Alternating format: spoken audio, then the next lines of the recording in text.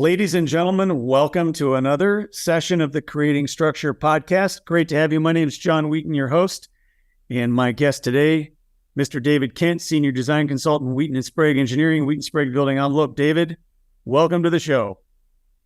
Thank you for having me. Great to have you. And as you'll hear, David has a much softer, more refined tone to his voice because of where he hails from. We'll hear more from him in a minute. This is the first in a series for the Creating Structure podcast in a Facades That Inspire series. So Wheaton Sprague Building Envelope is a full-service building envelope enclosure company, building envelope design, engineering, consulting, and our core purpose is to enable facades that inspire. So this session is the first of what will be a few sessions or more on a facade that inspires and what the approach was. And so we've done many of those, high performance unitized curtain wall systems and others, but this one may surprise you a little bit. And I'm looking forward to unpacking this with David. David is in our Connecticut office. He is a senior design consultant, highly experienced. So before we get into unpacking this job, David, this facade, tell us who you are, where you're from, what your background is, how you got to doing what you do. Yeah, absolutely. So, my name's David Kent. I have been working in exterior restoration for the last 20 years. I started off getting my bachelor's degree at Heriot-Watt University in Edinburgh in building surveying. Building surveying is the study of existing buildings, the maintenance and aftercare of existing buildings.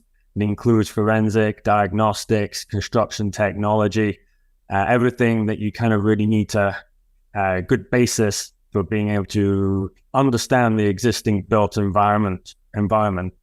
So going on from there, I worked for a few years in London after I graduated.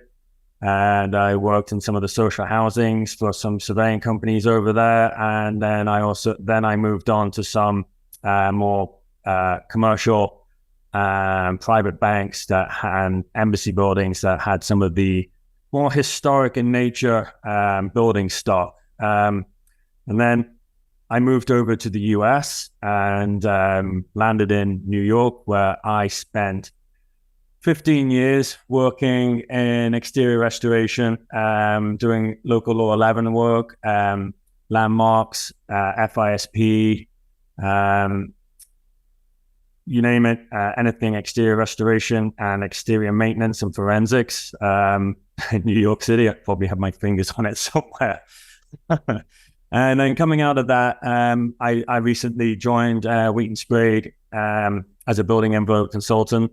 At that time, it provided a more national footprint for me to be able to look outside of the New York metropolitan area, and it gave me a wider array of building stock to be able to review and help our clients with their envelope issues and designs.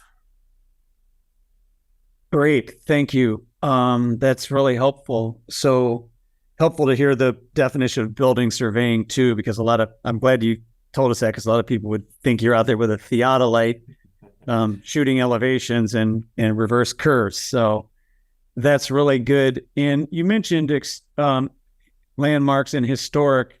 Am I correct that you do have experience in and a passion for historic buildings, both historic buildings and those that would be on a national register of historic buildings, right?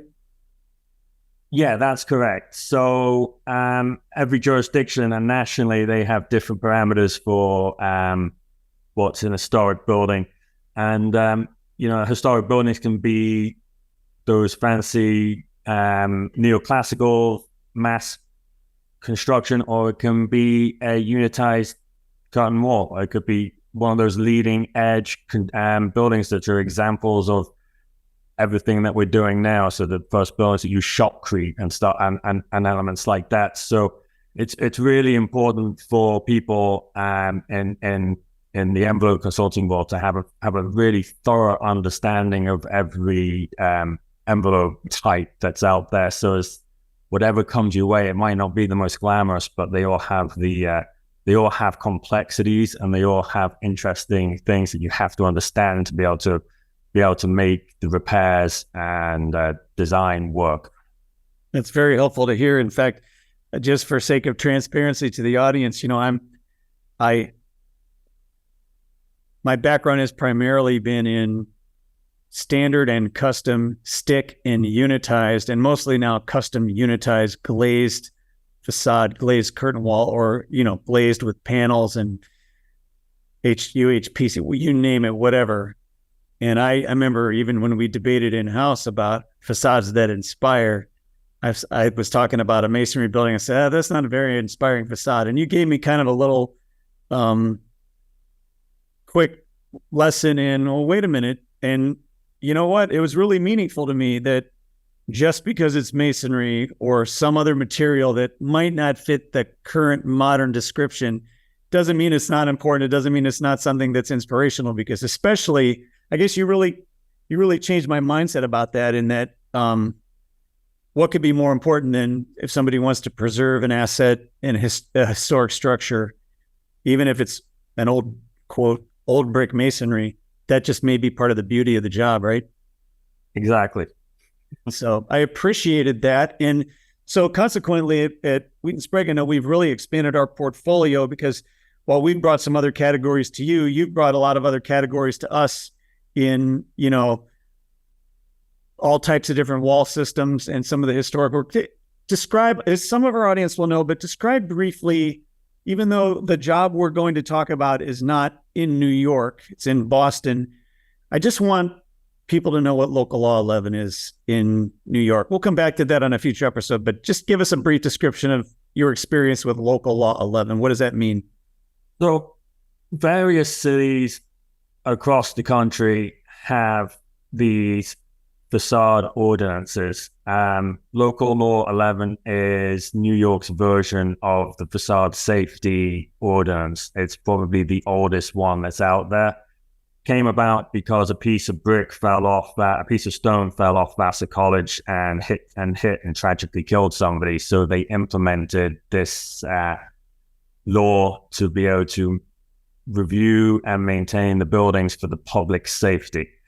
So now they have this program where every 5 years, any building that is six stories or above needs to be inspected by a qualified wall inspector to ensure that the envelope is safe and not posing a risk to the public.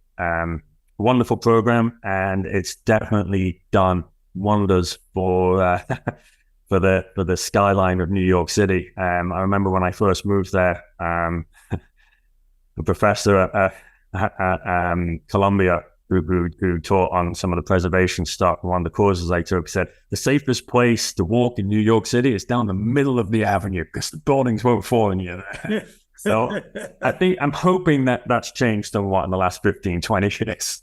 Interesting. Yeah, and we're doing some of that work and on a particular job right now that we won't talk about, but that is an interesting perspective, and it's good. And I'm using that to kind of lead into, this would very much have been a similar type. This would have been a Local Law 11 project, the one we're going to talk about that's in Boston. So similar application. So thanks for the background, and particularly your path forward. So let's get into this project that we're going to talk about. The project is 21 Broad in Boston, Massachusetts. And tell the audience, tell us what was our scope of work. And we were talking about that briefly before the show. Like, what was the initial assignment? And let's talk about how it progressed to the point of interest we're going to mention. Yeah, sure. So the architect, who was our client, approached us because they're doing a full gut renovation of this beautiful 1900s building, very traditional construction typology. It's got a cast iron storefront and then and masonry brick. And it's a 4 or 5 story building. So it's not very big, but it's right in the heart of Boston. And it's a great example of the architecture of its period. So the architect, who has got great experience on the interior, didn't really know how to address the exterior issues that they were having. So they approached us to help them with the storefront and the window replacements, and to review the roofing and the masonry facade on the exterior, and as well as some basement waterproofing. So this building in the 80s, I think in the 80s, they tore down the adjoining building next to it. And then left this alley wall, which previous owners had decided that they would just hide behind some kind of masonry coating and not really do any work to it. So when we got called onto the project, obviously we had the more glamorous window side and the windows that we helped with the design assist. And then we had this little thing that everybody kind of wanted to shove under the carpet. And it's like this alley wall that nobody really wanted to spend any money on. But the coating was hanging off. There was masonry falling onto the ground.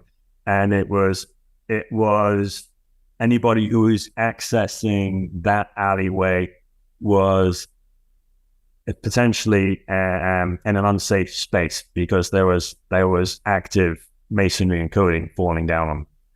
So we that was the first part of the hurdle there. So we initially did a survey and kind of painted out the exterior the exterior conditions, and we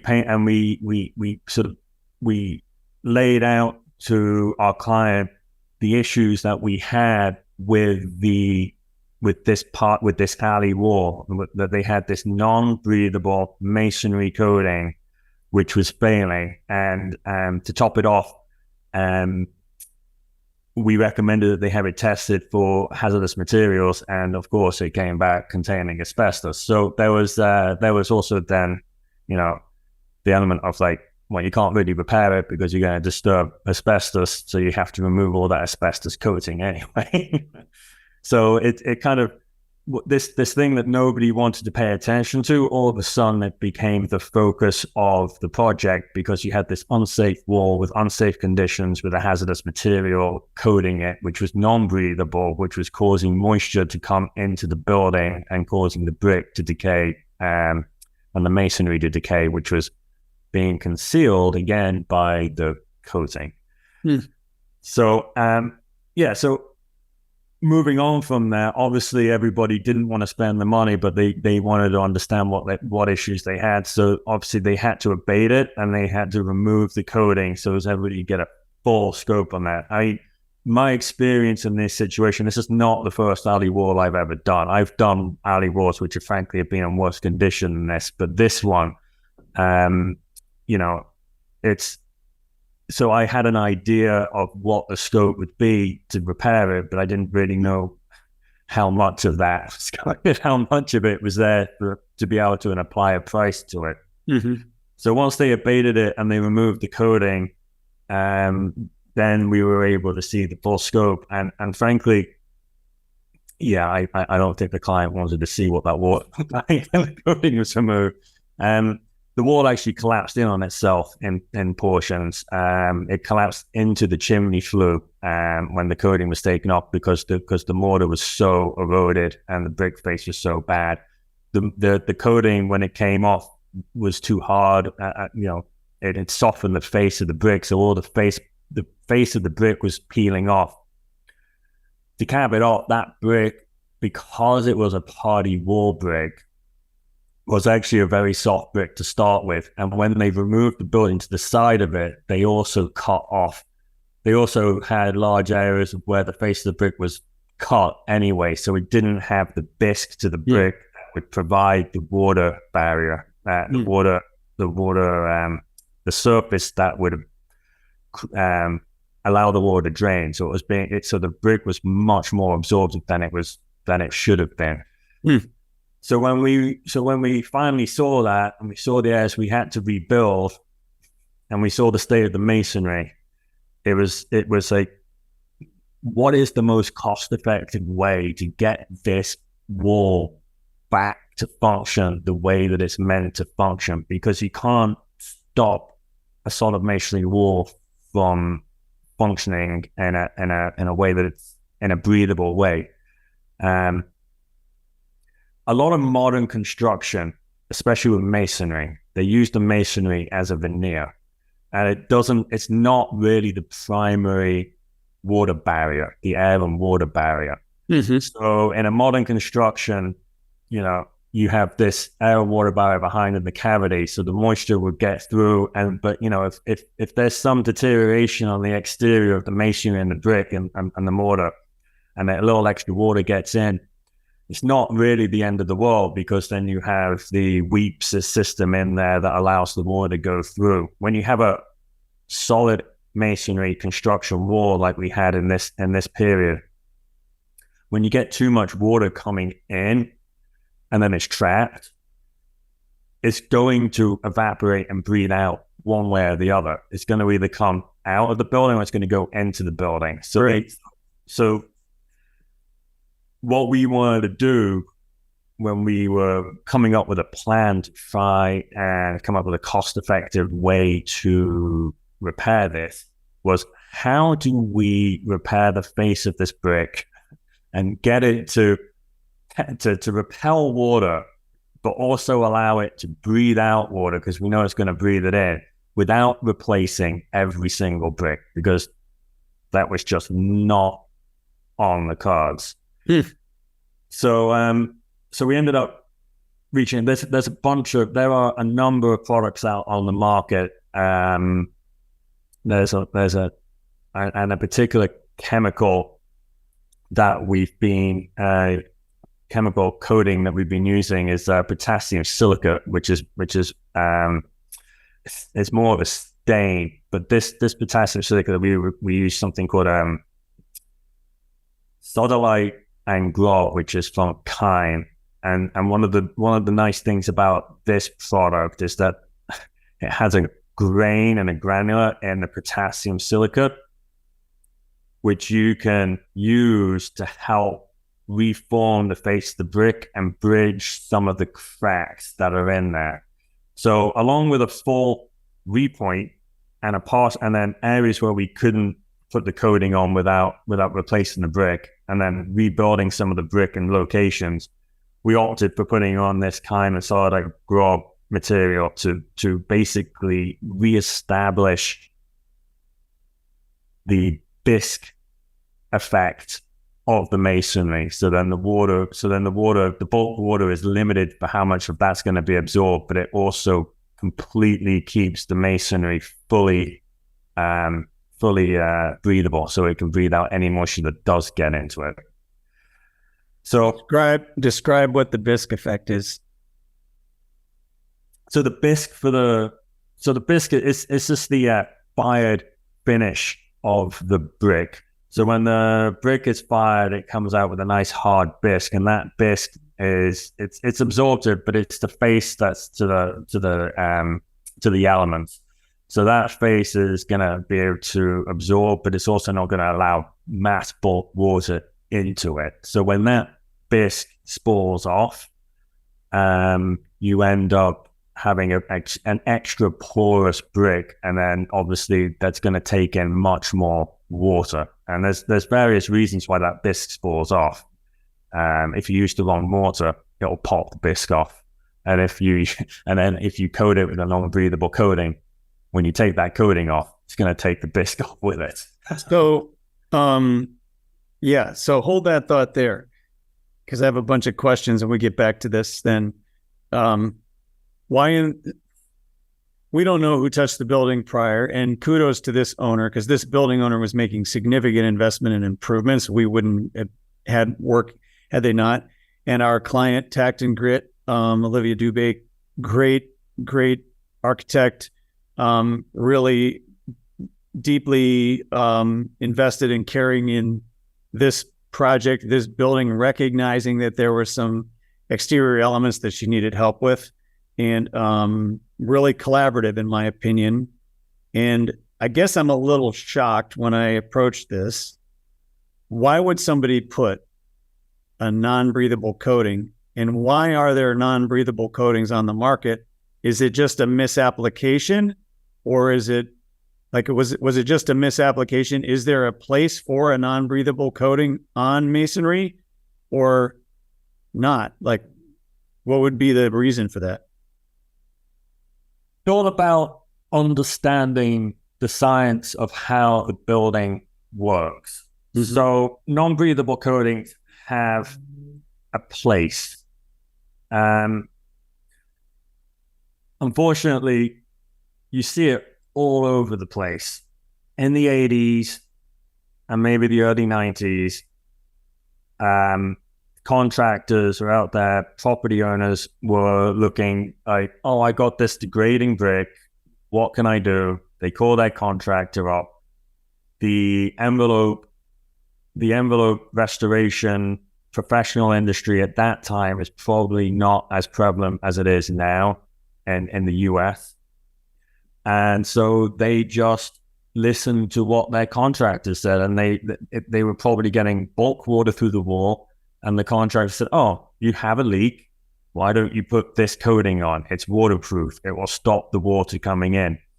And to their credit, in the short term, it would do exactly what they said it would do. So they would put this coating on, the owner's problem would go away, and everybody would go away thinking they fixed the problem. And then 5-10 years down the line, they start having issues again, because, and it's more likely not to do with the bulk water so much, it's because it's trapping all the moisture in the wall as well. So it's trapped. So it is repelling. It is what you're saying. It feels good at first, but it's not allowing the wall to breathe. So it's trapping whatever moisture in the cavity or inside it. It's not able to get outside. It's not a breathable situation. So that moisture is trapped somewhere, and it's going to degrade the brick, correct? Exactly. So over time, they don't maintain that coating as well. So that coating over time breaks down, and then it starts letting in extra moisture in certain locations. And then it's just a repetitive feedback loop. It feeds itself, and it gets worse and accelerates. Compounding it, right? What's that say? It's compounding the problem, right? It compounds the issue. Yeah. So as it progresses, it compounds the issue and it accelerates. And at the point that we got to 21 Broad Street, it had come to the point where taking the coating off caused the masonry to collapse at the chimneys. So if we hadn't intervened, that level of degradation would have progressed even further. And I have had situations where that has progressed further, and I have had to employ liquid grout injection into these walls to basically reestablish the mortar, to rebound the bricks. And it has to be a specially formulated liquid grout so it's not too hard and doesn't break the bricks. So as then you don't have to evacuate the building and rebuild the rear wall. And the situation where I used liquid grout, I was lucky that the apartments that were on the affected wall that we were injecting were vacant at the time, so it made it much easier to monitor, because you could take down the interior finishes and then you could use the GPR, the ground penetration radar, to make sure that it's filled in all the gaps and everything to make sure that the wall is re-established. This situation at 21 Broad wasn't quite as extreme, but it was fast on its way, and small portions had got to that situation where they collapsed. So, they were fortunate to approach it when they did, because it would have just been a much bigger problem 5-10 years further down the road. That's really good. So you've got this non-breathable coating that's very degraded. You've got brick that's spalling, brick that's still in place, brick that's starting to fall. And you selected this sodalite and grub coating. So is this a waterproof coating as well, but it's breathable? Yes, it's a waterproof coating. But it's got a very good perm rating, so it allows the breathability. So it will limit the bulk water coming into the masonry. So if the building was a human, would it be like wearing Gore-Tex, where the moisture can wick out, but it doesn't allow rain to come in mostly? Or is that too simplified? No, it's a little like that. It's a little more subtle than that, because it does allow bulk water to go through to some extent, because the nature of the wall, the way that it breathes. There are water repellents, clear water repellents, which are sometimes a good solution in some locations, which are much more akin to that Gore-Tex. Gore-Tex analogy. So there's technology out there that does that as well. And why did we need to put this coating on? What as opposed to something like you're just describing? Is it because there was also some ability to help provide a more durable long-term solution to holding the brick in place, or was it purely just a waterproofing decision? From my opinion, this coating brought the wall back to its most how it's meant to perform. So it was the most appropriate coating to re-establish the surface of the wall so that it could manage the water that it naturally takes in normally, without it becoming an issue to interior issues, and without it causing an issue to the exterior masonry by causing too much efflorescence and overloading the mortar joints and whatnot, with too much moisture having to be breathing out of the wall. One of the things I didn't mention in the consideration of the wall repair was that with the interior finishes that they're putting in, we work very hard with tact and grit to make sure that the interior finishes also allowed the material selected and the placement of those materials on the interior also didn't inhibit the breathability of the wall as well, because it breathes both ways. So I mean, just like in a modern wall, where you've got to be really careful about where you put your vapor barrier and where you put your air and water barrier, depending on the climate zones and whatnot. You know, just because it's a simple, solid masonry wall, you still have to be really careful about the materials you use and how much ventilation space you give them and whatnot. So we made sure that both sides of the wall at the end of the day were not going to inhibit each other or inhibit the quality of life on the inside for the end user of the building. That's really great. That's a great point, that both sides of the wall matter in terms of its ability to breathe and manage the moisture. Talk about the collaboration for a minute. So as you worked through this from the building science side of it, and you did some collaboration with Olivia, did you also do some, was there a collaborative effort with the eventual trade subcontractor, or did it just come down to working with the different research manufacturers, product suppliers to go to a bid situation? Or how did you get to the point of selection on the finished material? So we specified the materials that were to be used. So we specified the type of brick that was needed to be used, and we specified the type of mortar that needed to be used on this facade.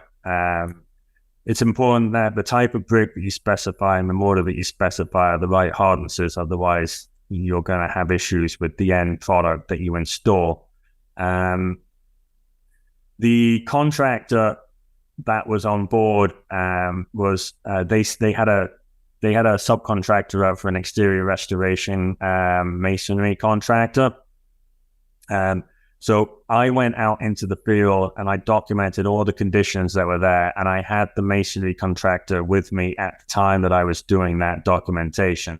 And I documented all the crack locations and all the brick replacement locations, so that I could put together a scope of work which would include, the techniques that we were going to use to stabilize the wall.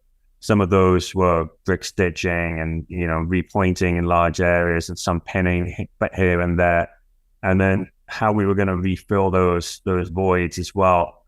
So, I was documenting these locations so as I could develop the details of where we would put in potential new lintels to support the new masonry that I had to put in, and the brick ties that we were also installing, because traditionally this wall would have been built with a bond brick, but they all been cut, and everything that we removed, it was all just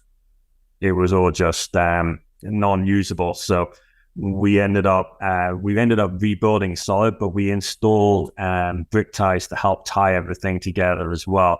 So I had the whole process in the field. I helped the contractor to make sure that they could tool the joints correctly with the correct mortar, and made sure that they were familiar with the techniques that we were proposing to do, because the techniques that we were proposing were pretty standard techniques for preservation jobs. And this job, even though it's an alley wall, you've got to still implement the same methods. Otherwise, it will fail. So you got to make sure that the joints are tooled as correct as they can be. The masonry was very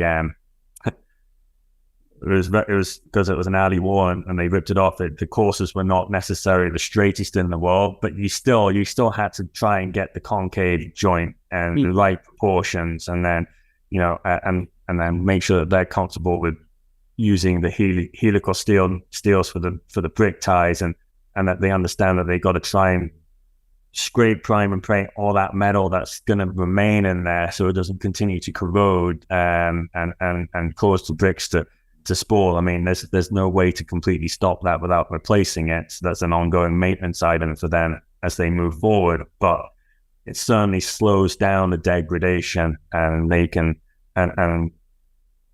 so yeah, it's in every restoration project that's related to masonry, it is really important to be there with the mason, the professional with the mason, to understand their capabilities, to understand and make sure that they understand what you're trying to do on the elevation, and that they put in the correct detailing for the correct situation. So we had that opportunity and a couple of false starts, but they got there and they ended up doing a fantastic job.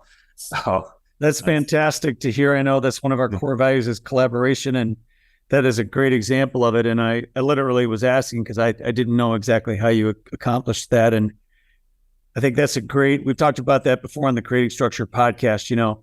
Everyone has value. Everyone's expertise has value.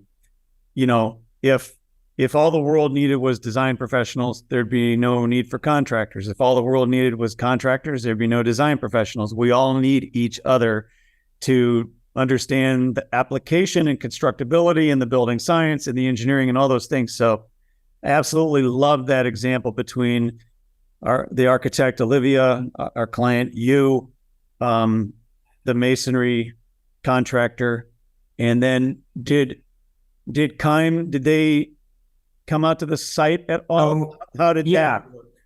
So I contacted Keim because I was not 100% certain. I knew I needed a coating, but I wasn't 100% certain which is the best one to go with. And I'd had a lot of success with this previous product from Keim before. And I've used other people's products and had really great success too. But in this particular situation, their product with the solar lighting rod was something that sort of stood out to me from my past experience, why I thought this would be a good application here. So I reached out to the Keim representative just to make sure that my ideas of how this was going to work would align with them, and that this was the correct application for this product, and that it would be applied in a way that they could vouch for and warranty to whatever extent they can do their material warranties for in these locations. So if that meeting had not gone so great and he was like, oh, I don't know about this, then, there are several other products out there that I would have explored to try and figure out which are the best ones. But ultimately, my experience in there and their affirmation that this was a great case study for them made it seem like this was a really good option for this project. What kind of warranty, if any, do they put on that? Generally, you get a 5-year material warranty on something like that. And then I have to look up if there's a longer one. Some of these products get 10 years sometimes or more, depending on the application. But the substrate, it's difficult for them to give too much more because the substrate you're putting them on is sometimes not ideal. So correct me if I'm wrong. So we had this hazardous, non-breathable material that was degraded. So that got removed. Some bricks got replaced. Some areas of the wall got regrouted, tuck pointed. You talked about brick ties. Did everything get removed and reinstalled, or did just representative areas get reinstalled where the brick was failing and it had to have new ties? Was it a combination of things that you diagnosed and marked up on drawings to how did that work? Yeah, so in the field, when I was walking through with the contractor, I marked up all the areas that would need to be repaired. So any masonry replacement, I would mark up, and I did this using an iPad, so as I could mark that up, and I would tag all these conditions with the photograph too, so as then anybody could then go back and see what the original condition was and then what we did to fix it. It's a very transparent way to document the conditions. And it's a great way to punch list out everything. And it makes our time in the field a little bit longer, but it helps generate these tremendously useful reports for the clients, especially when they don't want to spend money. It creates these reports that shows them what you see in real, geolocated on the elevation. And you really can't, pictures say 1,000 words. You really can't they really can't say, oh, well, let's just smear something on it and call it a day. It's like, wow, I am aware of what is going on and we need to do something about it. So I think that really helped with the client. And I think that really helped with the architect to justify the extra money that they had to spend on that elevation. Yeah. And then just stepping back a little bit to your question, we used that document to sort of document where the cracks were, where the stitching was, and where the brick replacement was, and where we had to rebuild our areas. So that was the basis of what I used in that report. I documented all, and then that was what I used to generate the repair documents that the contractor would then use to price the job out. Fantastic. So I'm interested in the deliverable. So from a deliverable context, are you saying that I can open this up as a PDF, let's say, and I can click on an area and it'll take me right to a linked photo? Is that what you're describing? Yes, absolutely. So I did this survey in Bluebeam, and I created tags in Bluebeam for the conditions that I was seeing. So when I'm in the field, I only ever really try and tag the conditions. I don't try and come up with solutions in the field. Right. And then I would, on those tags, I can then actually put a picture to it or multiple pictures of that condition. And you can tap on that tag and it'll bring up the pictures. And then the report will also spit out a document of all the pictures, which are hyperlinked to the location on the PDF and to the picture as well. So it's for the client that wants to see or needs to understand why they're spending that, it's a really valuable tool, and it's one that I've used extensively in New York, in facade and 40 stories facade repairs, where the client is like fighting you for every dollar, saying, "I don't want to spend this," and you're like, "You really don't want to fix this?" And you can show them the picture and the location. Go, "Oh yeah, that we should fix that." And then what about the repair documents? Are the repair documents linked at all to the reported, the condition assessment and what's going on, or like, is that a completely separate document? Do you go about that in a similar manner that when a person clicks on a detail type or a tag type, they can go to a, tuck point this, repair this cracked brick like that? How does that work in terms of enabling that facade repair? So in this project, we didn't take it to that next level. So we delivered the documents, and then Tactum Grip then oversaw with the contractor to punch that out, and just to follow that up and punch that out. But in larger projects, yes, that is absolutely a technique that we would employ. So if we're working on a 40-story building or whatever, and you're doing multiple drops on a building, you would take your construction drawings, and you would actually, I've set this up for another facade project in Licking County, so that's something we're going to be doing there. Yeah, we'll have to talk about that one too. That's a good Facade That Inspires. Where you would basically do your initial inspections, and you would tag everything as you go through, and then you share that with the contractor, and there's really zero way they could. It really eliminates them from just missing stuff and not doing it correctly, because then you go through, you do your progress inspections and final inspections, and you can literally update every single picture on that elevation, and you can see every step of that repair. If you're there all the time, if your contractor be there all the time, and that's what the client wants, you can do that.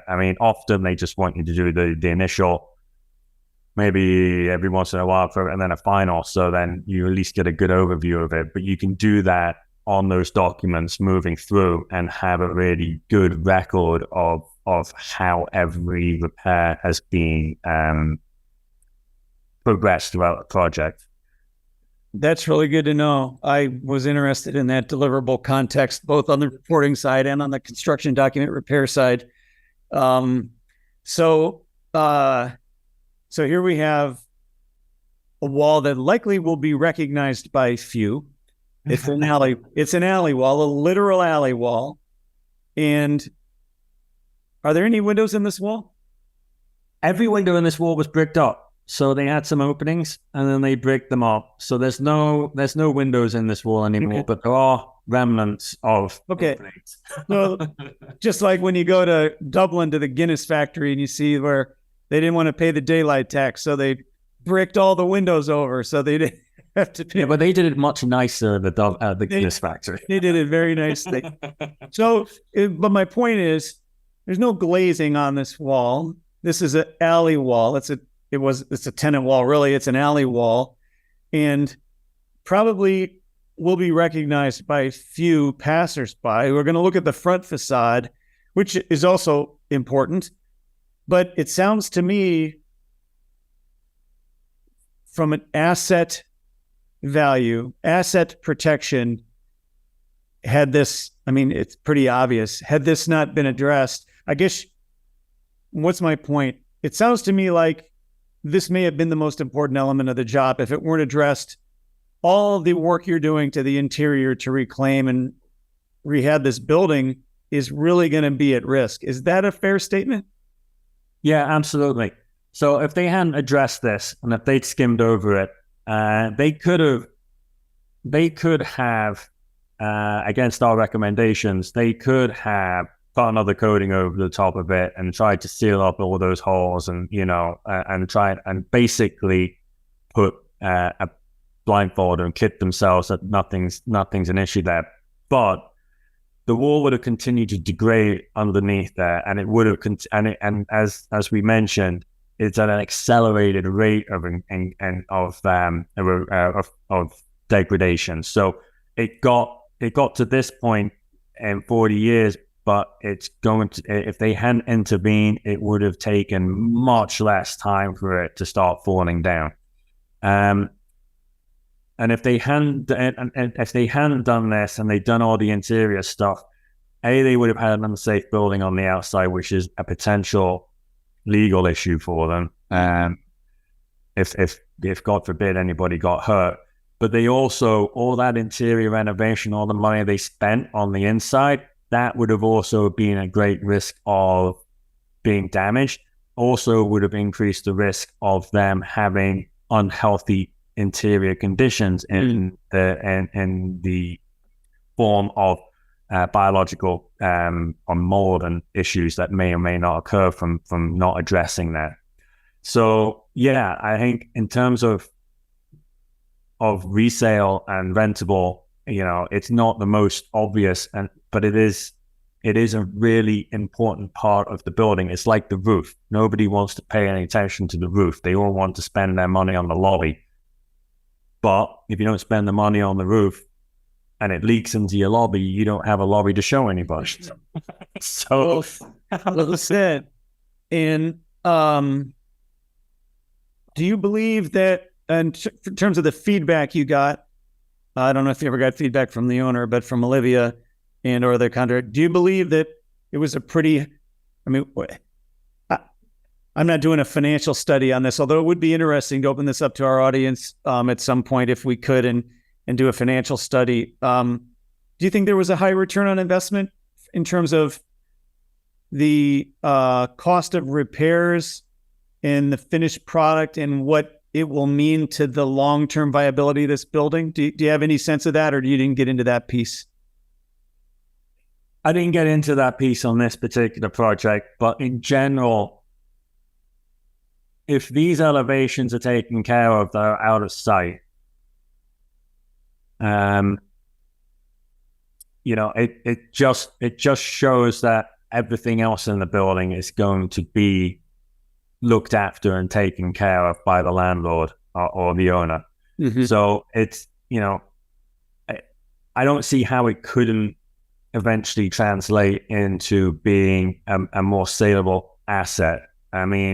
It is visible from the street. You walk in, you go to the parking lot through the other building, and you come out, you do see that elevation. So now you're not seeing peeling paint, you're not seeing peeling membrane, and you're not seeing bricks spawning out, you're not seeing debris on the floor or anything like that. So now you see this nice clean alleyway, and it looks like someone really cares for this building. And then they're going to end up changing all the windows on the main facade and repaint the cast iron on that. And it's going to be a real hidden gem in Boston. It's hidden off the side of a street. It's difficult to find this building. But anybody who, once it's finished, if anybody who's interested, it's worth going looking for it, because it's going to be a really pretty little building. That makes me smile legitimately. I love to hear that, because that's what we're all about. Like I've said it many, many times before, we love all the aspects of buildings, but the exterior facade, the skin, the enclosure, it is the defining architectural feature of the building. Not only that, it has to perform for air, water, thermal, all these things. And just to hear you say that, and part of it is smile because I know you and I both have talked about Criddle and Criddle or Hopes, but I'm familiar with Criddle. And as much as I love aluminum and glass, that old iron, powder coated, painted, and let's say now with an insulated lighted glass, it's just beautiful in the right historic context. So to see that facade with that look, with those doors, which we haven't even gotten into, that we didn't really do much there. We're dealing with this alley wall, makes me smile. So I hope people will look it up at some point. And we'll walk by with our families and go, we did that. And they'll say, yeah, we know, we heard all about it. We've heard it before. And my family's sick of me doing that. Right. Mine too. Other people will say, wow, your dad's really cool. And like, yeah, whatever, that is great. So if you are a property owner, developer, office space or otherwise, I mean, this applies to multifamily. It can apply to industrial. It can apply to Class A office space, and it can apply to everything. We're all about glazed aluminum curtain wall here at Wheaton Sprague. We can design and engineer, high performance unitized curtain wall systems, but our portfolio is expanded. It's expanded through David Kent and Katie Jaworski and other folks here. And we're dealing with all the elements. And I really wanted to help elevate and magnify this, because people wouldn't recognize typically this part of a building or from us this issue. But, just what you've described here on this masonry wall is a living, breathing wall. And you and I have both seen many what are these little cloth things sticking out here? Let's caulk those up. That must be causing a problem. We've seen all kinds of different things with masonry, incorrectly built, incorrectly maintained, incorrectly sealed, not ventilated. I mean, there's a lot of masonry walls out there. So if you're a property owner, you own these building assets, there's nothing more important to you than maintaining that asset. And it's funny, last week I was on a think tank call with some technical leaders across the country, and they were saying, what do you think is one of the number one inhibitors to adopting high performance facades? And when I had my turn, I said, well, as much as I'm not a regulatory guy, regulation is a big key. If it weren't for a local law 11 in New York, and if it weren't for conscientious owners like this one in Boston, face it, most of us look to meet the minimum standard, not more. And the amount of work, I'm kind of covering a broad variety of things here, but the amount of work that it will take in the next 50 years to maintain the built environment to house AI and servers and programmers and you name it, you still got to have a place to dwell. If you're not in a tent, you got to have a building. Building's got to be constructed correctly. If it's got to be maintained correctly, it's got to be fixed correctly. So again, you cannot overestimate the value of that exterior wall. Absolutely. And going back to a little bit about the rentability of these buildings, I have definitely done facades in some up-and-coming neighborhoods in New York where the facade has been cleaned and repaired, and they literally, just from cleaning the building and doing those small repairs on there, they can put their rents up like 20%. I mean, the curb appeal on having your building just looking well looked after can really translate to the profitability of the building. And if I'm a building owner, if that's my jam, if my income, my asset base is owning rooftops, owning buildings, commercial or multifamily or whatever, that's my, what's my competitive advantage? I mean, I'm selling a product to a constituency. We sell design and engineering and science and consulting services. They're selling a space to live in or a space to work in. You got to have an advantage over somebody else. And yeah, I've seen that as well. In fact, if we went completely on, now we're off 21 Broad, but we're completely on the other side. Similar example, we worked on a 4-sided structurally glazed floor to ceiling glass curtain wall in DC years ago. It was actually the first LEED platinum 4-side structurally glazed building I was aware of. That owner, the one that was building it, I met with him in his facility, which was floor to ceiling glass. His facility was 100% rented and had the highest rents on that block. The building across the street had a nice looking facade. It was 60% rented, and the rents were 60% of what his rents were, because people wanted the beauty. They wanted the identification with the outside. He had rooftop amenities. We haven't even talked about rooftops. He had concierge services, but the appeal of the building and all of the amenities that he was able to provide, I mean, if you build it, they will come, right? I mean, yeah, I couldn't agree more. He knew his market. He knew that there were people that would pay those kind of rents to attract those kind of clients. So again, we're talking about enabling facades that inspire. And I think 21 Broad is a great case study. I know you have to go soon. Again, you're listening to David Kent, Senior Design Consultant, Wheaton Sprague, John Wheaton, host of the Creating Structure podcast. We've been riffing for a while on 21 Broad Street in Boston, which is a terrific little building, we're going to call it. It has an alley wall that's been completely repaired and reclaimed, I'm going to say. And if you want to see this further, there is a picture David posted on his LinkedIn profile, David Kent. He posted on his LinkedIn profile a great before and after picture and a great little bio on the building. I thought you did a terrific job, David, of kind of describing and defining that.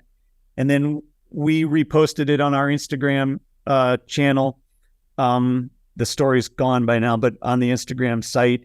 And I don't know if it's on Twitter yet or not, but look up David Kent on LinkedIn and you'll see this. I think Wheaton Sprague also reposted it with a comment. So yeah, just a really gratifying case study. And if you want to know more, you can certainly reach out to us. David's information will be in the show notes as well as mine, and which are normally. David, before we sign off, and I know BVS Productions, our producer, are going to be elated that I'm actually less than an hour for once, because I keep I'm the worst at time scope creep here. Anything else that you think we missed? Any final statements? Anything else you would like to say before we wrap up here on the podcast?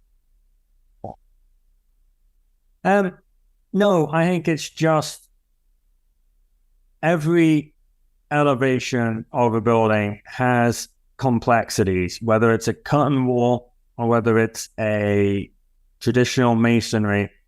The issues that we have to consider, the interior conditions, the exterior conditions, the roofing, they all have very complex subtleties to it. And if you don't understand what it is, what system you're actually addressing and repairing, then you could end up doing more harm than good. So my final point on that, I guess, is just make sure you know how the system works before you put a repair to it.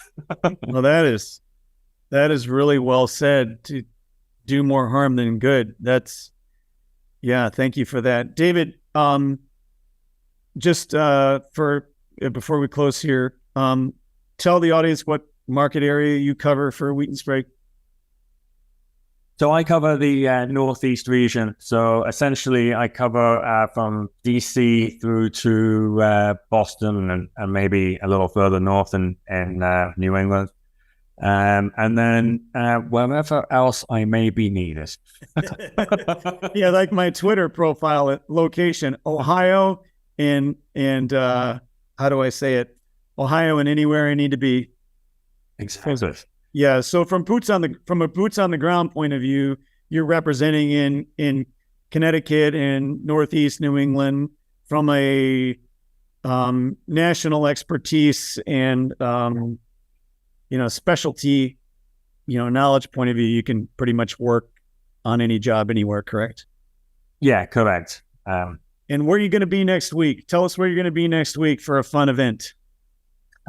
So I'm going to New York City next week to go to attend the Facade Tectonics conference at LaGuardia Place, the AIA Center. So that'll be fun. Hopefully, maybe I'll see some of you there, can network. And then I'm going to drop in on some of my colleagues and clients before that and just and check in on our ongoing projects in New York City at the time whilst I'm there as well. So looking forward to it.